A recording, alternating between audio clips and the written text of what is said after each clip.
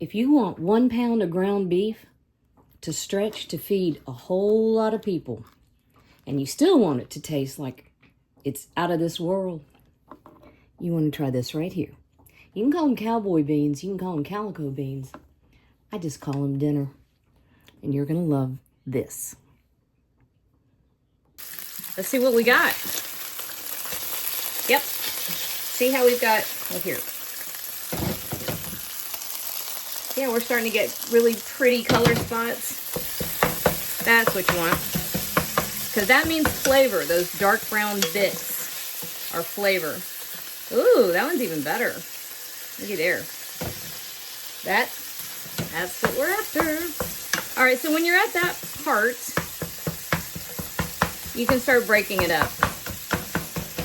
It's important to go ahead and be patient and get that color on there, because this little bit of meat is going to do an awful lot of heavy lifting.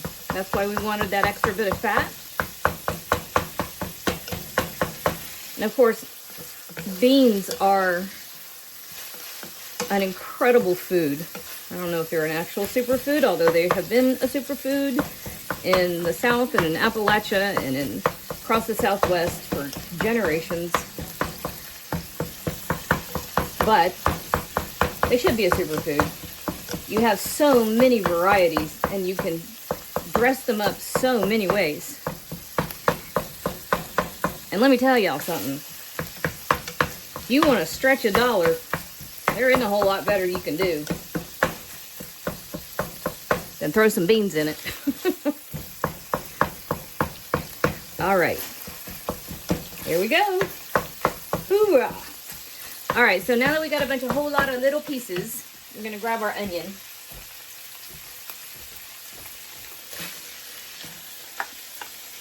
I think that was actually,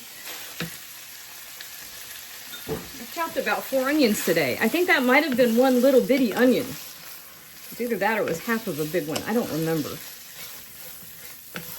So we're going to throw our onion in here, and we still have nice high heat, or medium high, I guess.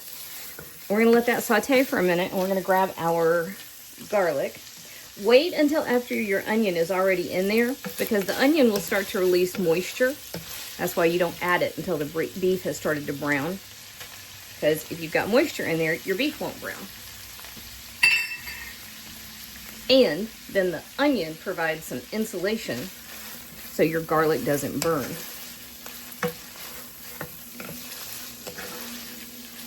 Now, I have preheated my oven to 375 degrees.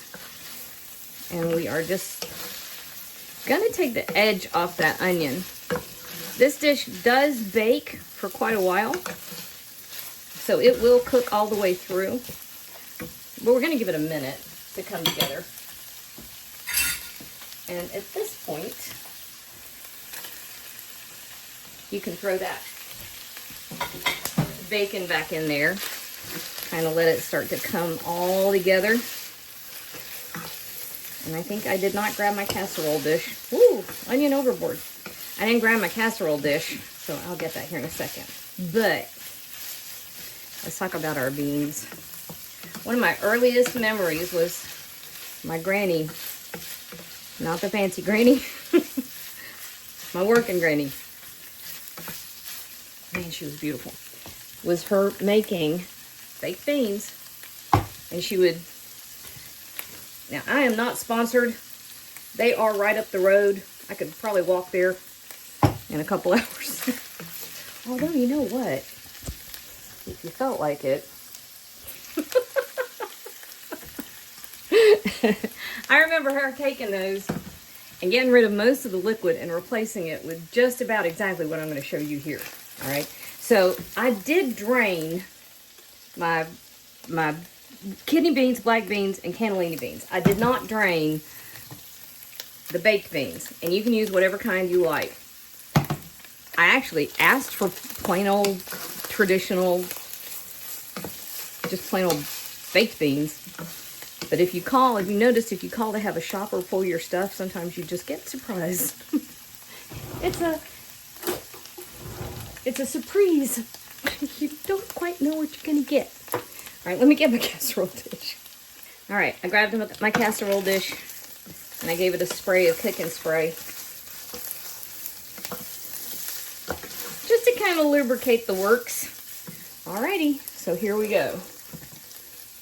Our baked beans in there.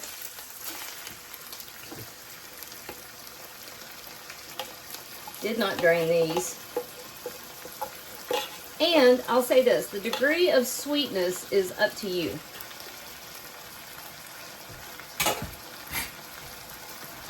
Actually, that's pretty freaking tasty.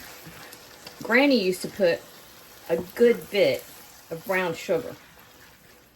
And you can tailor this recipe a lot. You can use sorghum, you can use molasses, you can use honey, you can use maple. You can use a lot of different things, depending on what you have and what you like. So, 1/3 of a cup of ketchup, plain old ketchup, and plain old American yellow mustard. Well, which I've now gotten all over myself, and soap. 2 tablespoons of brown sugar. I think Granny would use more, like 1/2 cup. It was the 70s. We could do whatever we wanted. 1/4 cup of apple cider vinegar. It's before we knew any better.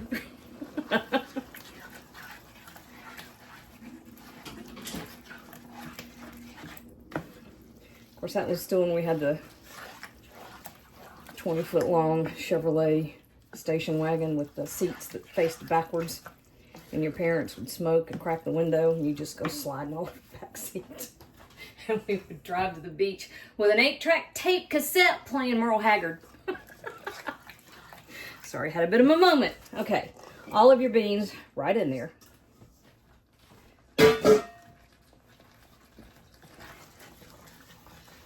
And we stir everybody together. Now, I did not put salt and pepper in here yet. I'm actually going to turn our heat down just a touch. Man, this is a pretty dish. Calico beans. That's what it was called when I was growing up. I knew I'd come up with it eventually. We didn't call it cowboy beans. That name, I think I first saw in a Southern Living cookbook in the 1980s. And I was like, what are cowboy beans? And I read the recipe and I thought, oh, that's just a new name for something I've had for 1,000 years. So Calico beans is what we called it until Southern Living renamed it. And then Texas got a hold of it. Thank you, Texas. Oh, I like that. That's so good. Okay, we're going to do a couple things real quick. 1.5 teaspoons of kosher salt. And, give me just a second. I'm going to grab a couple things just to take this to the next level. Let me grab some seasonings. Okay, sorry about that. I should have grabbed everything beforehand, but I did not. And then I just about got raided because my daughter came in here. Okay, so teaspoon of black pepper. 1/2 teaspoon of red pepper flake. That's optional. You can leave it out if anybody's sensitive. 2 teaspoons of Worcestershire. I'm out of my good Kentucky Worcestershire. I need to go shopping. All right, 2 teaspoons smoked paprika.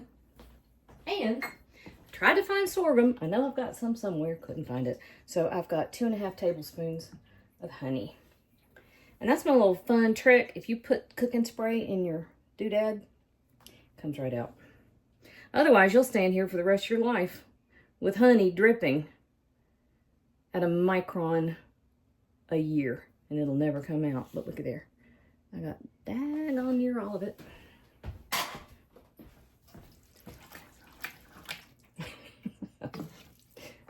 That's about the speed of my cooking hacks. And I did not invent that. Don't know where I got it, but somebody else came up with it. There is not much new that I have come up with myself. I stand on the shoulders of everybody that has come first. Okay, so we're mixing this really well. And then we're going to go into my 375-degree oven. I'm going to give it a quick taste. It smells spectacular, I gotta say. If I say so myself, and I usually do. All right, let's see.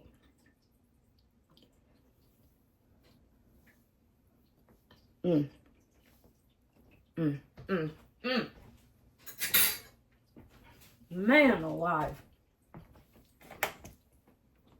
Yep. There we go. That's amazing. Okay, one thing you do want to do. This is going to go in the oven for about an hour. And you want to make sure you've got it pretty tightly covered, because you don't want it to dry out. And it will. So this is where you're going to grab your foil and get a lid on him. All right, hang on a second. All right, here we go. Foil, 375, and a 1 hour timer. Ta-da! I'll meet you back here. All right, 1 hour. Whoo!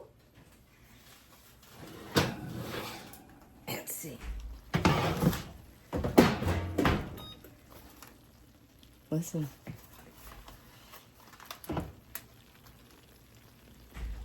You know something's good going on in there. It's playing our song. Woo! Look at that. Y'all need to get up in there. Hang on a minute. One of these days I'm gonna do that. My phone's gonna go face plant the beans. Look at that, y'all.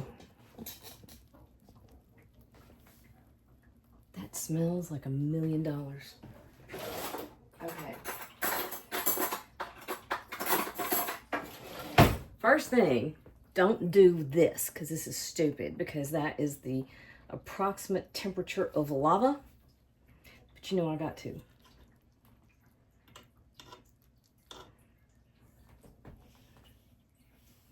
Here we go, y'all. Calico beans. You can call them cowboy beans. I don't care what you call them. I'm calling them dinner. Oh, snap. I can't do a mic drop. I don't have a mic. What do you call it? Fork drop. Boom. Dinner's done.